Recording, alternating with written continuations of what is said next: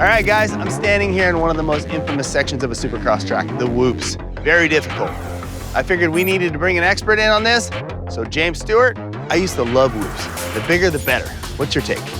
When I first started racing, I used to hate these things. Terrible. But when I got going, I actually use them as a weapon. There's different types of ways to go through whoops. You'll see guys like stay on top of the whoops.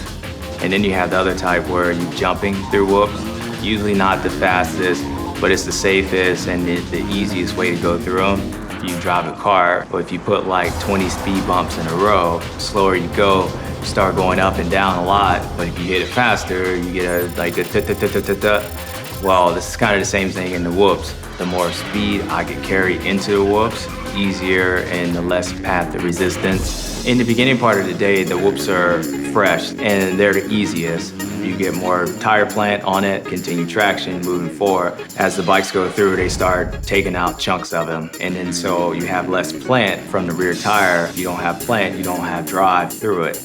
Technique side of things, the bike is going up and down. It's when it starts going sideways. You want to keep your body centered over that and allow the bike to kind of move underneath you and not chase it around and eventually to straighten back up. If you get off center, then your momentum and your weight is going to go that way. And if a bike's already sideways, it's not going to end well. You got to have a bike that it's soft enough to put the plant on the tire, but stiff enough to hold up in it. You gotta have rebound on there that's slow enough that it doesn't, hit you and have a spring life, but quick enough that it hits the next whoop. So there's a lot of different things going on that has to happen in the short term. And as the whoops keep breaking down, it's like you're taking that margin for error even smaller and smaller.